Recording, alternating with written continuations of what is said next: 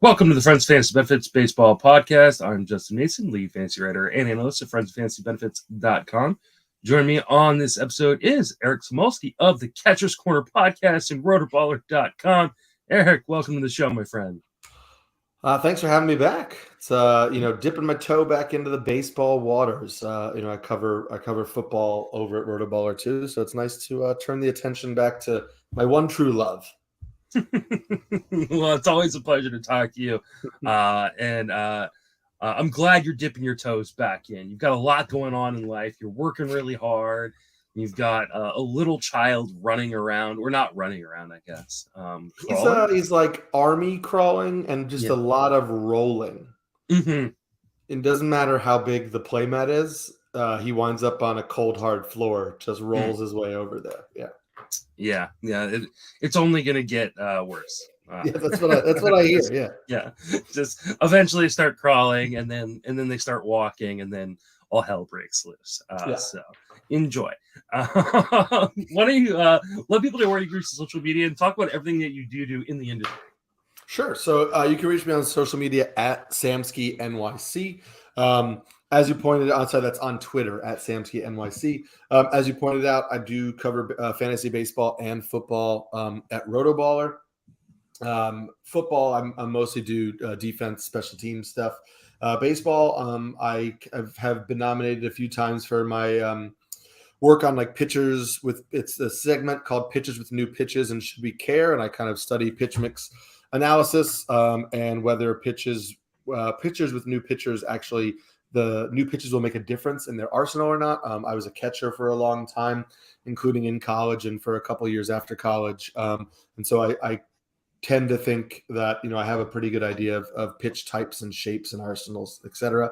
And then I also work with the guys at Reliever Recon, doing some video work for them last year with, my wife being pregnant and having our son. I wasn't as involved as I want to be, but I'm going to get doing a little bit more work with them as well. And then if you want just like traditional sports journalism, my day job is I work for AM New York Sports. And so I cover sports for them. I'm the Knicks and Bills beat writer and do a lot of sports betting stuff. So that's amny.com/sports if you want just some sports betting and general New York sports news. There you go. And you're one of my favorite people to talk to about pitching, especially. And there's some good pitchers on this team we're going to be previewing today. We're going to be previewing the Houston Astros, which is a good team all around, which is kind of a nice little change of pace from some of the other teams I've had to discuss so far on this 30 teams in 30 days podcast series that I'm doing. But just want to remind everybody, you can reach me on Twitter at Mason FWFB. Reach Fantasy Benefits on Twitter at Fantasy Benefits. If you give us a 5-star review, that'll get you entered in to win a free RotoWear shirt. So I'm going to be giving a RotoWear shirt every month until the start of the season. It'll be a random draw of all the 5-star reviews we get each month. So definitely go out, give us a 5-star review. If you don't have iTunes, steal your friend's phone. I don't know, do it that way. So we really appreciate those of you that have given us those 5-star reviews and hoping to get a few more. So let's jump right in. Martin Maldanado is the catcher. Do we care for fantasy? I mean, I guess you care enough if you're in a 2-catcher league to just know that he's the starting catcher, right? I think he's kind of always become like a DFS guy recently if you're trying to stack and get a cheap catcher. I think if you're doing season-long fantasy, he hits in a good lineup, and you might be struggling, and he's there in a really good 4-game series, and you just want to pick him up for a week or something. They go to Coors, whatever it is. But no, I mean that's the extent of you caring is to answer the trivia question of who is the Astros starting catcher. Yeah, I think maybe in a DC is your 3rd or 4th catcher type thing because he'll just be on the field more days than he's not. So, but yeah, I think DFS it probably is the right answer there. If you're trying to do $2,000 on DK, or I don't even know what they do on FanDuel anymore in terms of min price. So right. Jose Abreu was one of their big offseason signings. I was actually really surprised, one, that they were the ones who went out and got Jose Abreu. to that he even like got a 3-year contract. Like that was insane to me that he got the length of contract they did, because I thought there was a reasonable chance he could even just retire at age 36, I think. This is a pretty nice shift for him. He's going to be in the middle of a really, really nice lineup. That park should play fairly well for him. What are your thoughts on Jose Abreu? Yeah, I think that he gets, I don't want to say he gets overlooked, because I know that, he is popular in the fantasy community and people do like drafting him. Listen, nobody was jumping, for joy with 15 home runs last year. But this is a pretty consistent hitter. The strikeout rate was the lowest it's been for him since he came over to the States, which is appealing. Having a 300 batting average, always appealing. And we know that he has power. Is he a 30 home run guy again? No, probably not. But, he still pulls the ball 40% of the time, and they have the Crawford boxes in Houston. So can he be a guy who sells out for a little bit more pull power, knowing his new home environment? Yeah, of course. And he's going to hit in the middle of a good lineup. And so there's RBI and run production there. So, I'm still in on him. There's nothing in the quality of contact metrics that makes me think that he's due for a decline. He's 35, so we might see him fall off, his production fall off the cliff, but there's nothing right now which says, run or be worried. Yeah, he actually would have benefited quite a bit from, hitting in Houston. His home runs, if he had played all of his games in Houston, would have been 22, as opposed to 15 home runs that he actually hit. So, I think he can take advantage of kind of that short porch in Houston. Like I said before, great lineup around him. I think he's a bit underrated. He's going off the board currently as the 9th first baseman, around pick 119, behind CJ Cron, behind Nathaniel Lowe, behind Vinny P. He probably should go after those guys, but I think you can make a logical argument that he probably is being just a little bit underdrafted. So I like Jose Abreu for this year. Before you move to Altuve, you had 2 other names up earlier that were just about a catch, or one other name for the catchers. Oh yeah, but I actually wanted to highlight for people that are doing like draft champions drafts right now. I kind of really like the Astros have a catcher named Yainer Diaz, who is 24 years old. He was in Double and Triple A last year. He hit .306 with 25 home runs and 96 stolen bases across Double A and Triple A. He has never had a strikeout rate over 18% in the minor leagues. And he is a really raw and inexperienced catcher. And so there's some flaws in his receiving and blocking. So it's not like he's going to push Maldanado out of the way. But I think that he could be an average defender, and he has a really good arm. And now that Major League Baseball is pushing to get the stolen base back, catchers who can throw are going to see a lot more time, because you need guys who can control the run game now that the run game is going to be more of an issue. So I think you're going to see a lot of catchers who are good receivers but have weak arms lose some of their defensive value, which could impact some of their playing time. But I'm not super impressed with Korey Lee, who's currently set to be the backup in Houston. He has real swing and miss issues. So if you're in the very last round or one of the last rounds and you like a 4th catcher or even a 5th catcher in draft champions, I think there's a chance that Yainer Diaz is the backup catcher for the Astros, for at least the second half of the season, maybe more. And Maldonado tends to get dinged up and he can't hit. So, that may result in 2-3 starts a week. So just a name to keep an eye on. I like it. That's a name that I didn't even know. So I'll be doing some more research myself on Mr. Yainer Diaz. Let's talk about Jose Altuve, because he's coming off a pretty darn good season, and one that I think is a bit underrated, considering he stole 18 bases, which is the most amount of bases he's stolen in a single season since 2017. Where are you at on Jose Altuve this year? Is this kind of just a resurgence? Yeah, to a certain extent, I think it is. I'll say that I'm probably not paying as if I'm getting 18 stolen bases again. I think it's great that he showed that it's still there, and he's 32, I believe. Yeah, he's 32. So it's not like he's, he's on the downside of his career. He's, but he could still easily be another 15 stolen base year. And the power, has been real for 3 straight full seasons. So, if you're getting 280 with 25 home runs and 15 stolen bases, that's a and hitting at the top of a lineup where he'll probably score 100 runs. Like, there's not really many issues with that profile. Yeah, and second base is such a weird position. It's got like these clusters of talent, and Jose Altuve is kind of that first big cluster, and then there's a big drop off before the next one. And so I tend to like getting one of those guys in that Jose Altuve cluster. So I'm probably going to end up with Altuve quite a bit. Yeah. I think his season is a bit overlooked for some reason.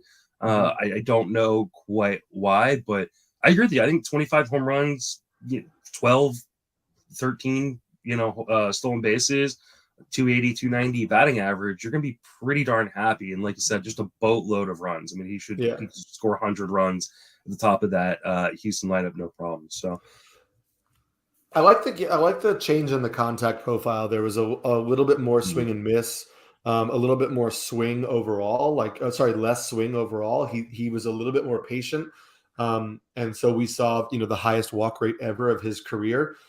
Which again, if you're hitting at the top of a lineup, being a patient hitter is not a bad thing, especially when you have those guys hitting behind you.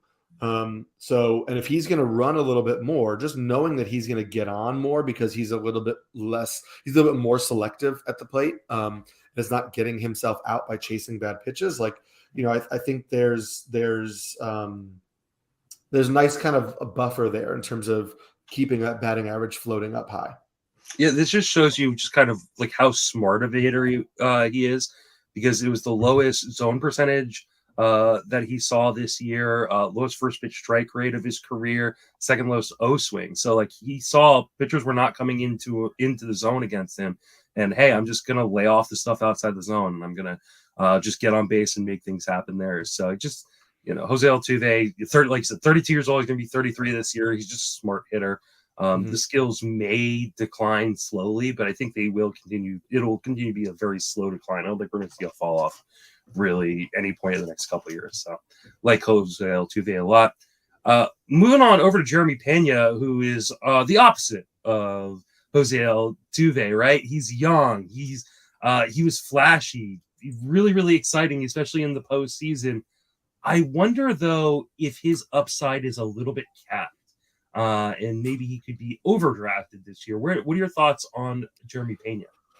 Yeah, I have some trepidation. I think that he was like a really trendy guy to root for this season, or the season past, because of what you said. Watching him play is great. And I think that he also was like one of those, hey, he's going to win this starting job. Keep an eye on him. But nobody was really drafting him all that high at the beginning of last year. So when he emerged, it was like this really cool story where he, was becoming a legitimate fantasy regular.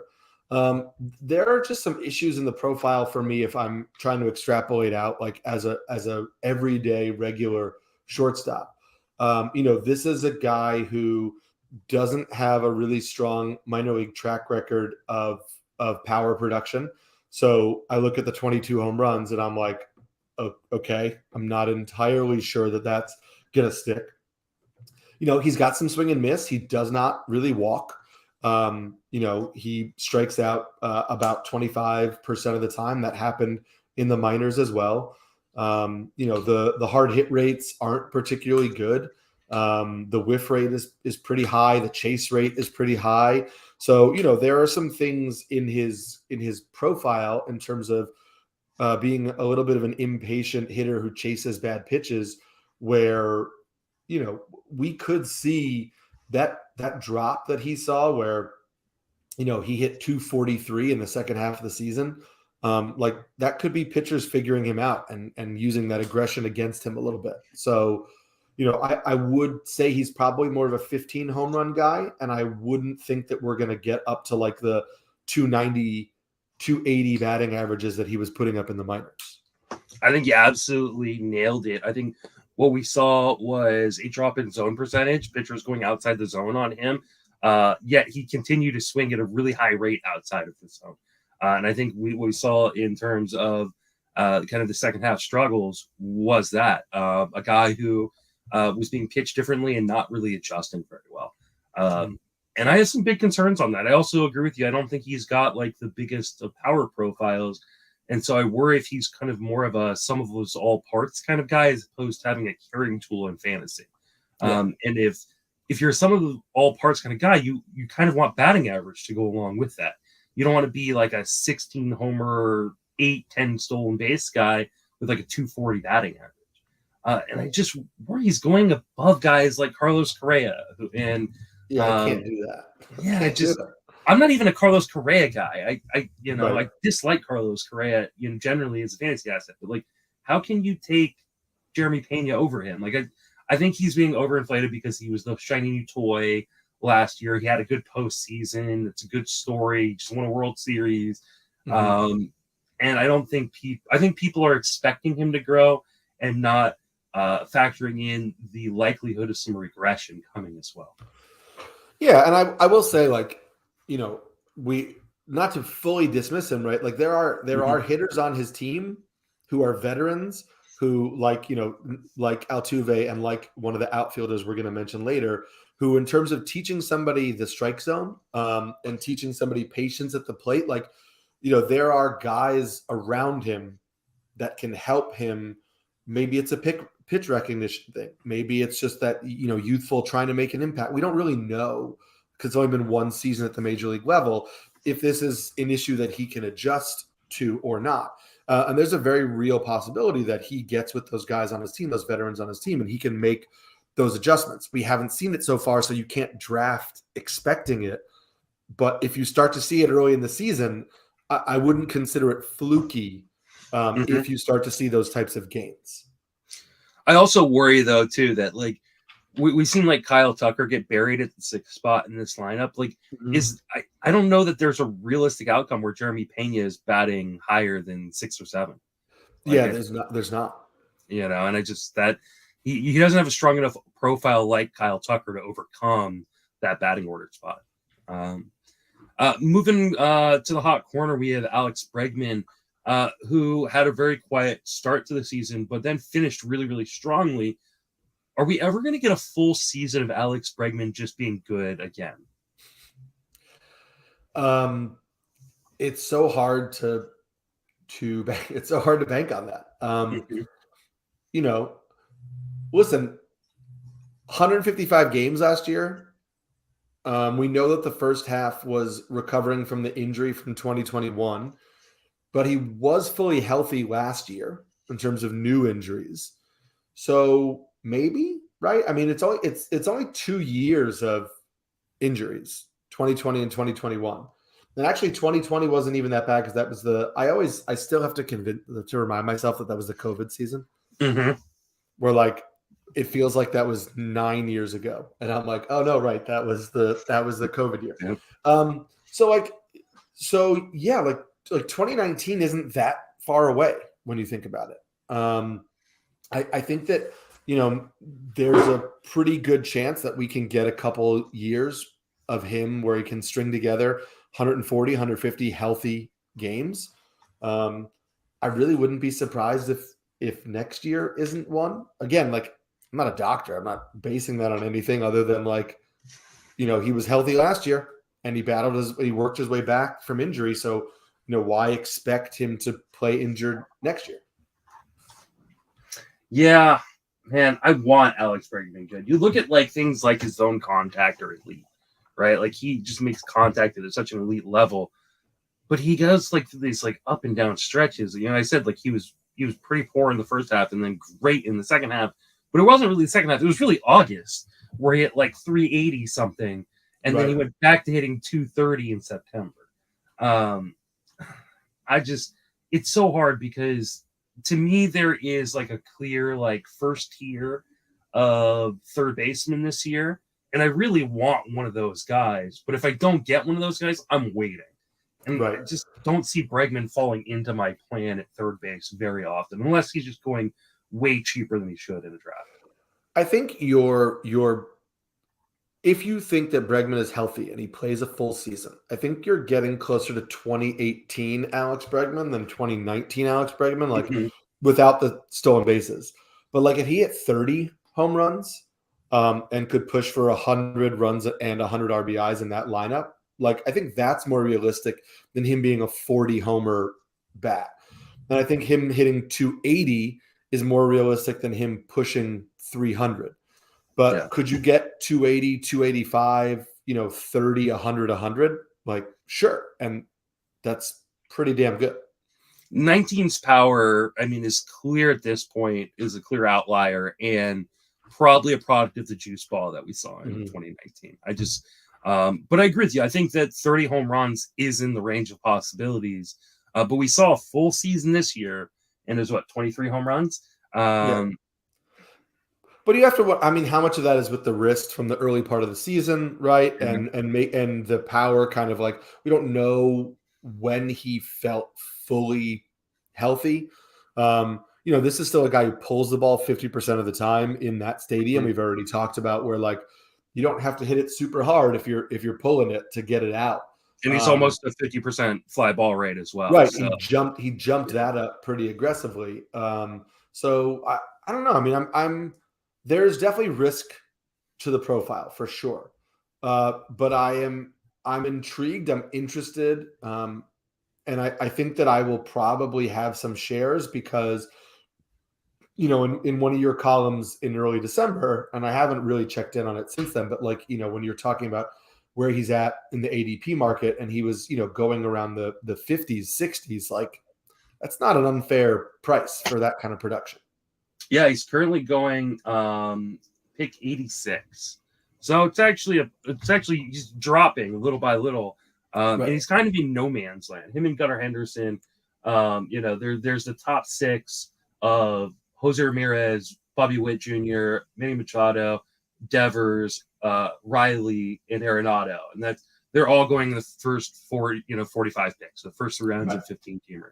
And there's a big drop to Bregman. And then there's Bregman and Henderson. And then there's a big drop again to the next crop. Can I ask? Because so let's say you're on the clock and you have that choice and you want to take a third baseman. Are you taking Gunnar Henderson over Bregman? No. Okay. I have serious concerns about Gunnar Henderson. And about I think he is getting kind of the Bobby Witt Jr. treatment, and I think he will continue to it because he is the shiny new toy. But like he is not a very complete player. He really struggles against left-handed pitching. I don't think that he is guaranteed to stay up on that team if he struggles.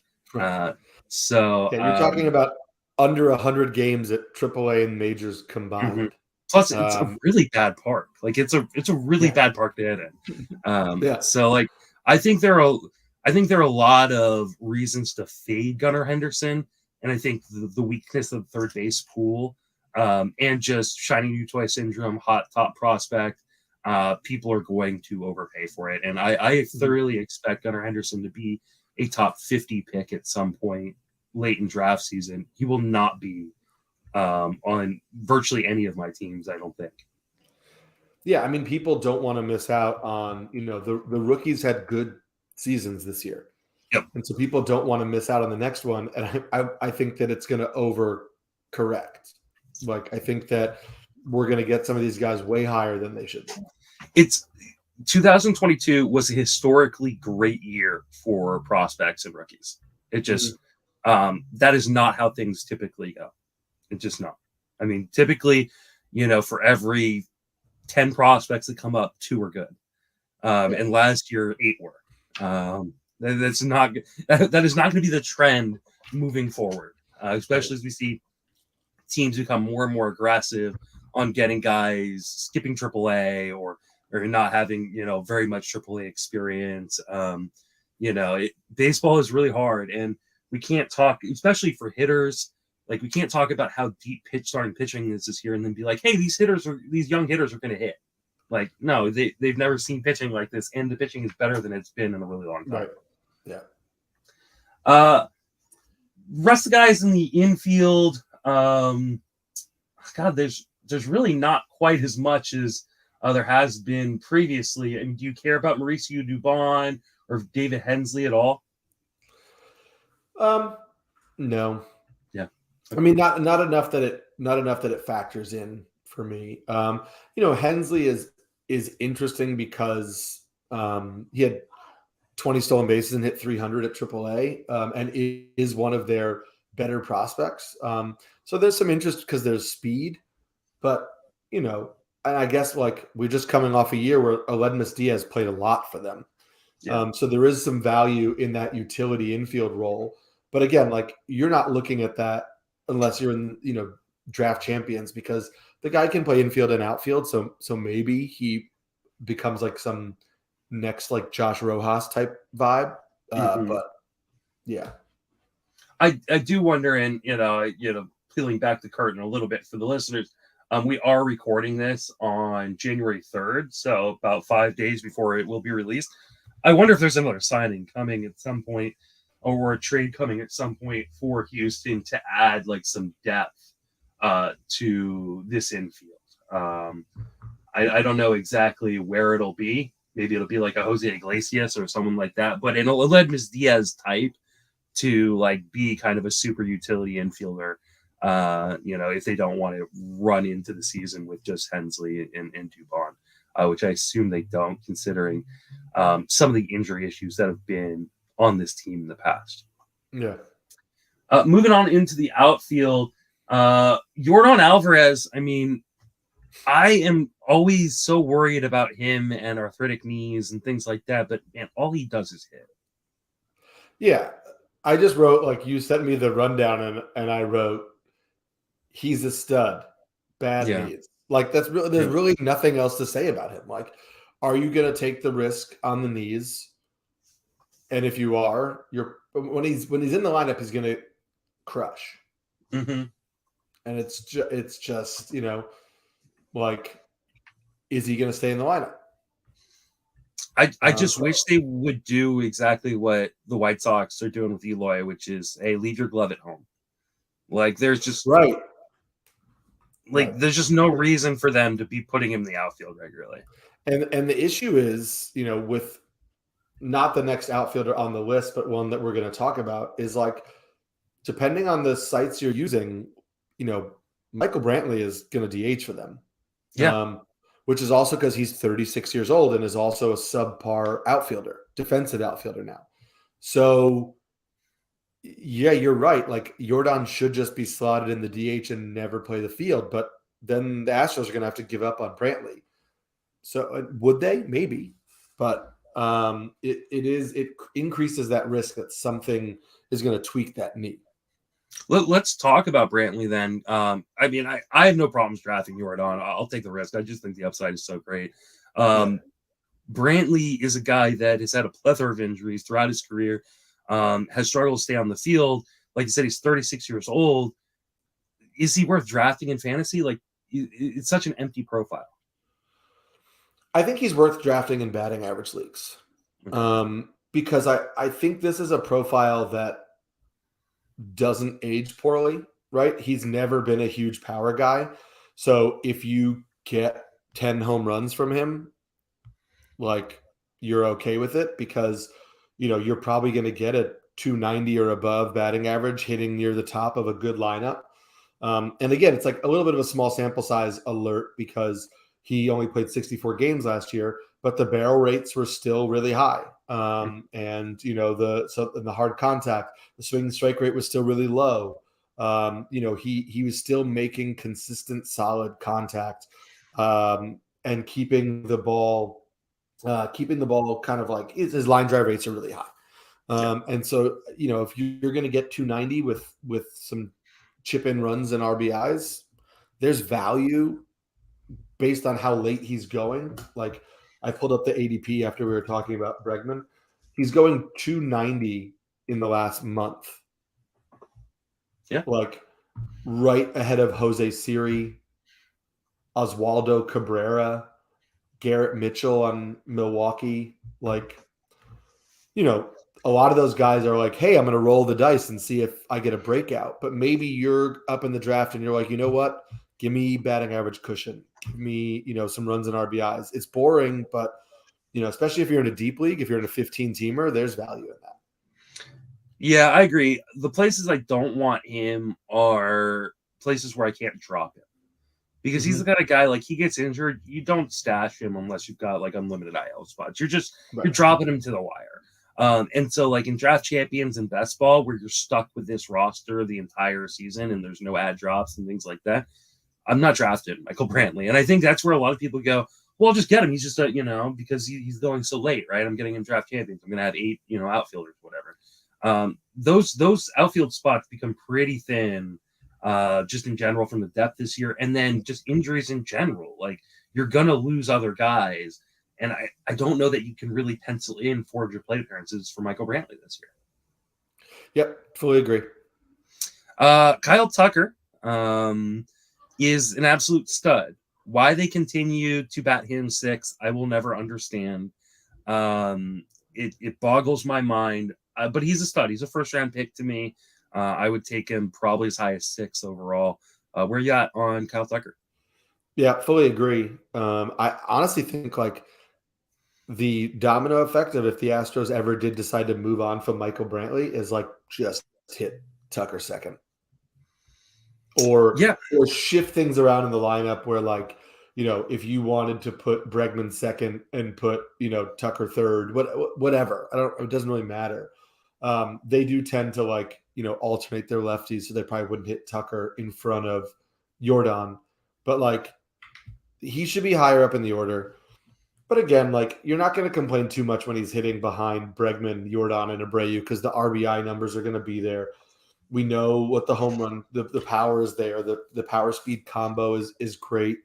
So I would have no problems if he was on my team. Yeah, me as well.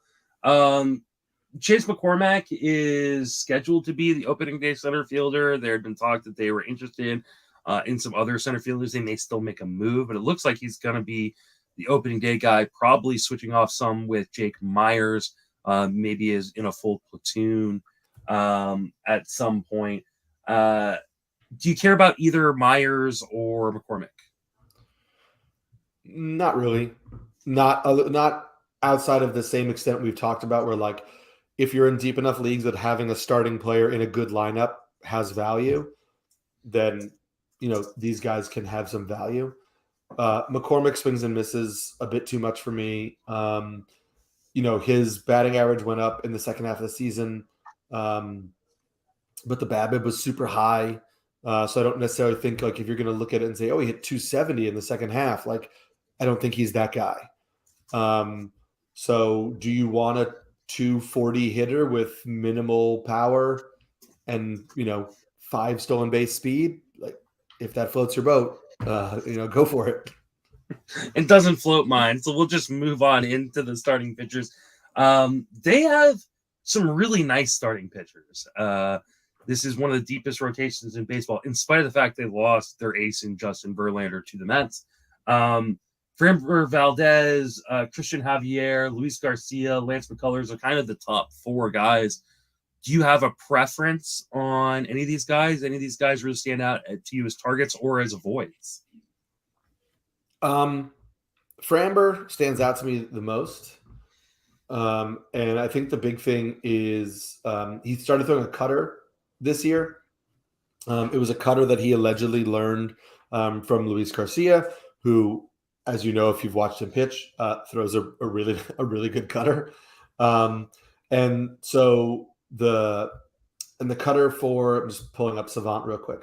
The cutter for Valdez, there it is. It took forever to load. 34.5% whiff rate, had a 118 batting average against, a 168 expected batting average against, a 200 slug against. It works really well with the sinker, obviously, because they move in opposite directions. So you're hitting different quadrants of the plate and they work well off of one another. It's a pretty nice complementary pitch, and then he mixes in that curveball as well. So I think like when you were looking at him in 2021, the curveball was really good. Everybody was like, "Oh, Framber, he's a curveball pitcher. He's a curveball pitcher," but there wasn't that other thing. And the cutter proved to be like a really good complementary pitch. So that even last year, like his sinker wasn't good from a statistical standpoint, but it didn't matter in the end result because he still had two really good off-speed offerings that he could use off of that sinker. So yeah, I like it. I think he's the guy that I'm most intrigued by in terms of thinking like, I know what I'm going to get. I think he's pretty safe. Like, I know that I know you're a fan of Cristian Javier, and I am too. I think that Framber feels safer to me. Absolutely. I've been a big Framber guy for a long time. I feel like people are fading him a little bit because they're afraid of, what the shift is going to do to, high ground ball pitchers and other pitchers. I'm not super worried about Framber. I like you said, I think he's one of the safer pitchers going near the kind of top of the draft. And I'm totally fine pairing him with another ace and being like, okay, that's a really good start to my rotation. I love the upside of Cristian Javier. Mm-hmm. I just feel like there has to be regression. Like there's no way he can carry over what he did in 2022 and the playoffs into a full season of 2023. The question becomes like, how much do we expect him to regress? I am just really scared about like the potential, like the home run to become a problem. He gets exposed with more, being seen more times throughout the league. I'm still willing to take him close to where he's going, so I guess I'm not too scared, but I'm not like leading the bandwagon on Cristian Javier. Yeah. I feel the same way as you do. Like, and I know, again, you pointed it out in one of the articles you've written this offseason that like the innings total was still pretty high for him last year. Yeah. So I don't think you need to expect that he's going to like get shut down. We've also seen like the Astros pushed him to 7 innings a few times when he was starting. Mm-hmm. So he's not a 5-inning guy. So, you can throw those concerns out the window. And we know that like of the core group of these names that we're talking about, like the swing and miss stuff that he has is really good. 14.7% swing and strike rate on the year. So if you have a really safe pitcher going first and you feel like you want to take the roll of the dice on upside, I have no problem with it. But I just prefer Framber because I think I know a little bit more like what I'm getting there.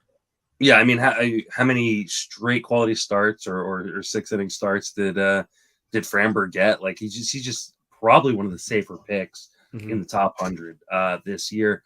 I really love Luis Garcia. I love watching him pitch. But at the end of the day, the stats don't quite match what I feel like he should be able to do on the mound. And this one was a real shocker for me because I'm doing projections for the first time in a few years, like full projections, and I did my full starting pitcher projections. And I usually have Luis Garcia as like a top 30, top 40 starting pitcher. And when I did the projections, came out like outside the top 50. And I was like, oh, I guess I don't like Luis Garcia anymore. And that hurts my soul. Where are you at on Luis Garcia? Again, he's a guy that I think is a good pitcher. Like, I would have no problem with him on my fantasy team. But to the same point that you were just making, I think that he is. All these pitchers are like we're going to talk about Urquidy later. Well, like you want to like them. You want to like them more. Whether it's something in the profile or whether it's you watch him pitch with with his combo with the cutter and the curve, and you're like, oh, that's really tough to pick up on. Like he has the ability to really miss bats, but he had a 24% strikeout rate last year. Yeah. Like that's fine. A 17.1% strikeout minus walk rate. That's not as exciting as you want it to be. And the issue is that we now have 2 years of him as a full-time starter with Houston, and the strikeout rate is just a little bit under what you think it's going to be. It's a little bit under what it flashes. And I think at some point you have to just say, okay, that's him. Mm-hmm. That's him. And now, he, unlike Urquidy, he's a little better at suppressing hard contact. So, he's going to keep an ERA in the mid to high threes, which will make him useful in fantasy. But, you're looking at a guy in mid to high threes, going to get a good win total and have, 9 strikeouts per 9. Mm-hmm. Like, there's nothing wrong with that profile, but I just don't think that the strikeouts are coming. So you need to have a guy, you need to have foundations to your pitching staff where you're okay without getting the strikeouts. I think you absolutely nailed it. And as far as Lance McCullers goes, I used to do, back when I did a draft guide, one of these days I'll get a draft guide going again when I have more time to devote to it. But I would do an article on punting batting average every year, and I would give. Usually it was like Mike Moustakas or some random hitter, and I'd be like, "Here was his batting average the last 4 years. You tell me what you projected to be this year." And I feel like that's what we do with Lance McCullers innings every year. Is I can look at the last 4 years of innings totals and go, I have no effing clue what he's going to throw this year. And if that's the case, I'm not going to draft him. Yeah. I think, I don't know. I just have such a soft spot for him. I love McCullers from a inning, like per inning basis, right? Like if you could guarantee me 150 McCullers innings, I'd be all over him at pretty much any price. Right. Yeah, I mean, for him, it was always injuries, and then he threw 162 innings in 2021, and we were like, and then obviously the season didn't end that well for him, but we were thinking, oh, maybe he's beyond it. He pitched well last year when he pitched. The addition of the slider, which he showed in 2021, was back in 2022, and it was his best pitch from a lot of, swing and miss metrics. And he pairs that with the curve and the he mixes in a cutter, but curve, regular fastball. I think the profile is good. I think if I know that there's this idea that like if you have an IL spot, right, when the ADP starts rising so high that like McCullers is outside of the top 200. If I know that I can just put McCullers on the IL when he's not healthy and replace him with a healthy pitcher and get the stats from that healthy pitcher while McCullers is out, then if I budget for 80 to 90 innings of healthy Lance McCullers with like a low 3 ERA and maybe 10 strikeouts per 9, which I think is feasible with that slider now, and then you get 80 innings of that or 90 innings of that, and then you mix in 70 innings of somebody who's boring. I think that still comes out to be a valuable pick going around ADP of 200. You know what I mean? Like you're not having to spend a huge resource to get him. And if everything aligns and he throws 140 again, that could be huge. I think the problem with that theory happens when your SP2 goes down with an injury at the same time. And because that is assuming you'll be able to hold on to him in that IL spot the entire season or for 2 months or whatever amount of time that is left, that you won't have any other major injuries. And injuries have been a massive issue, especially with COVID, right? Like guys get thrown on the COVID protocol list, all of a sudden, no warning, and now you have to throw, out that Lance McCullers off your team or take a dead spot somewhere on your bench or on your active roster. And I don't want to invite that kind of trouble. Now, if you play in a league with a lot of IL spots, that's fine, right? If you're in a 10-team, a 12-team league with a ton of IL spots, Tout Wars, for instance, is a league with unlimited IL spots. McCullers is in play for me in Tout Wars. If you're in a league that plays with a lot of IL spots, McCullers should be in play. But I think most leagues play with 2 or 3 IL spots. and those can fill up really, really fast. Really fast. Yeah. And I think if you're in a format like that, you shouldn't invite that onto your team. Like, you shouldn't invite that this guy's potentially going to miss half a season. Yeah, I think that makes total sense. And listen, we all have players we have soft spots for, and so I am always just like, his profile is so good that I don't want to give up on it. But at the same time, to what you were just saying, in certain leagues you just have to say, unless the ADP it really drops, I can't do it. It has nothing to do with the talent of the player. It's too much risk. And I think, like, in a 10-team league, it makes a lot of sense because, you're probably drafting 260 players to pick 200.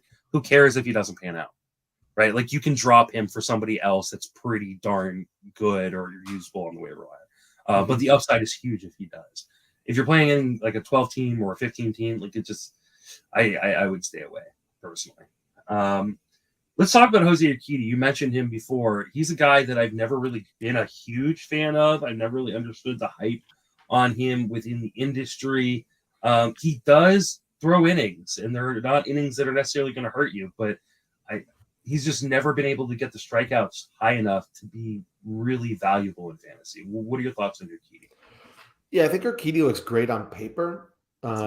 He's a guy that, like, I've been in on him the last couple of years because when you dig in on his pitch mix, like, the pitches pair really well together. He has different offerings that work off of one another. He has a pretty complete 4-pitch mix, and he can throw pretty much all of his pitches in any count.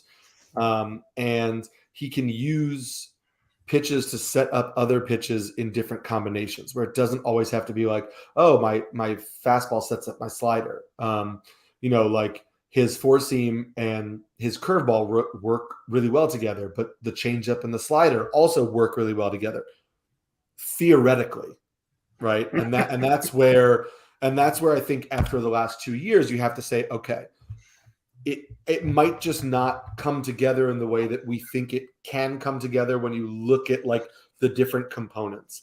And he was always going to be a guy where the sum of the parts was better than the individual, like, pitches. He didn't have anything that made you go, holy crap, did you see that pitch? He's going to start the year in the rotation. The Astros are going to keep, I assume, Hunter Brown in a multi-inning relief role to keep his innings down.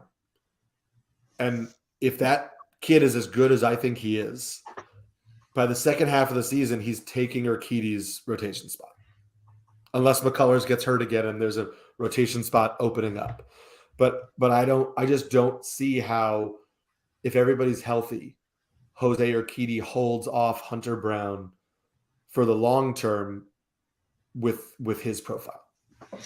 I wouldn't be surprised if that happens much sooner than you think. Hunter Brown threw 130 innings between the postseason and the majors and the minors last year. You give him 30% more, you're like looking at a guy who can throw 145, 150 innings at the major league level. I think Urquidy is a really nice idea, but the dude just allows too much contact and way too much hard contact. And I do think that at some point he's going to get moved out of this rotation for Hunter Brown. I'm hoping it's early. I'm in on the Hunter Brown hype. I wasn't when I thought Justin Verlander was sure to re-sign in Houston. The moment he's gone, I'm excited for Hunter Brown. I think he could be really, really good very, very quickly. Yeah. I mean, he was a pretty fast riser through the minor league ranks. And I think, people are going to look at the profile and see basically a 2-pitch pitcher. And it just understand that you don't have to be more than a 2-pitch pitcher when you're pitching in relief, right? Like, he could get by on the fastball curveball combo and not really need the slider. And I know the slider wasn't great for him, at the major league level. I think it's a really good pitch. And I think that he's going to be a really dynamic pitcher. And I'm super excited by the prospect of him. And, I mean, I'll throw out a name that you don't have on the sheet, but like, are we fully out? Are we fully out on Forrest Whitley? Like, are we? I'm not fully out down? on. I'm not out on Forrest Whitaker. I am pretty much out on Forrest Whitley. There's nothing Forrest Whitaker can do wrong. Love Forrest No, Whitaker. absolutely not. Like he's just he is an icon in acting. I mean, I guess I'm not out on Forrest Whitley. Like, it's clear that a lot of his problems have been off the field. To me,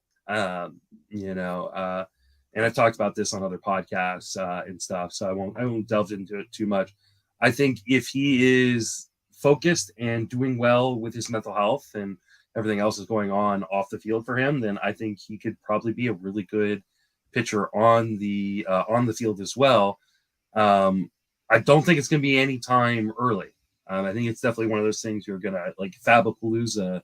I don't in draft champions. Like I don't love banking on these guys that I have no idea when they're coming up. I want to have a general idea that this guy's going to be up around this time. And I don't know that you can give yourself any sort of date that Forrest Whitley might be up. I think he's a guy to like watch list. And if you see he's pitching really, really well in AAA, if there's an injury on the Astros, then yeah, maybe you throw a couple bids in early, try to be ahead of the curve. But for the most part, I think you got to wait till we have some news. Yeah, and the Astros always have guys. You know what I mean? Like, they just always have pitching waiting in the wings. There's Whitley. I was intrigued by Jaden Murray, who's the guy they got from Tampa in that like 3-team Trey Mancini deal. And he was at AAA in Tampa. The Astros immediately put him at AA, and he pitched fairly well. But so there are always guys to keep an eye on. If the Astros pitching staff, they develop arms really well. Yeah, I mean they still have Brandon Belak, who can be kind of a short-term, streaming solution for them. Random other guys. Like they're one of those teams that like they just pull up a starter and you're like, who the hell is this guy? And he goes out and throws 6 innings. You're like, oh, okay, that makes sense. Moving on into the bullpen, Ryan Pressly is clearly the number one guy in that bullpen. How comfortable are you drafting him? Is there a handcuff that you're targeting in drafts? There's not a handcuff I'm targeting. I'm very comfortable drafting Ryan Pressly. I was talking about this with the reliever recon guys earlier, and we all kind of think it's Pressly when he misses his pretty stock standard 3 weeks to a month. It's Montero. Yeah. Montero earned it. He pitched really well. If for whatever reason Montero is hurt or turns it's like a little bit turns into a pumpkin, which I don't think is going to happen. Brian Abreu is another name that we all kind of are interested in the bullpen just because of how he pitched down the stretch and the fact that he was doing some really interesting things.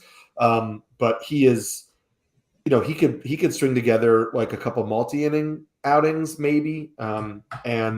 Maybe if Pressly gets hurt in a more serious way, then moves into like kind of an 8th inning role with Montero. But Montero is your spec guy there. Yeah, completely agree with you. This is a really good bullpen with no lefties in it, which is really there has to be a move coming at some point for lefties, especially because they only have one lefty in the rotation. That's an odd setup. I just noticed that as we were talking. So, Eric, thanks so much for joining me. Thanks for having me. It was fun to talk. It's fun to talk baseball again.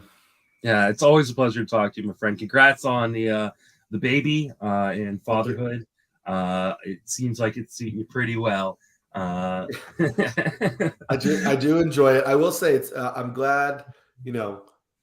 I'm glad for like weekend baseball. Football season. Like I haven't seen a like Thursday night, Sunday night, Monday night football game. Like no, I'm in bed by like 9:30 now, so I don't really get to watch many of them. Yeah, absolutely. That's the beauty of being on the West Coast. Everything starts a little bit earlier for us. So you guys on the East Coast don't get that little benefit. A reminder, everybody, reach on social media and plug everything you're doing. Yeah, you can find me on Twitter at SamskiNYC. For the next week, it will just be fantasy football content, or next week or so, and then dive back into the fantasy baseball stuff. Start looking at some off-season moves and some gainers and fallers from comparing last year's numbers to career numbers. So keep an eye out for that. That work will always be on Rotoballer. And I'll be starting to do for both Rotoballer and Reliever Recon. I'll be starting to do kind of some draft videos, just like breaking down particular pitchers, when they're being drafted, when they should be drafted, ADP values, looking at pitch mixes, all that kind of stuff. And when is Catcher's Corner starting back up again? Sammy and I almost threw together an episode during Catcher Week when, Sean Murphy was traded and William Contreras was traded and Omar Narvaez was traded and Christian Vasquez signed. And it was like catchers were on top of the world. But Sammy also has a brand new son. Sammy's boy is, I think, just about 2 months old now.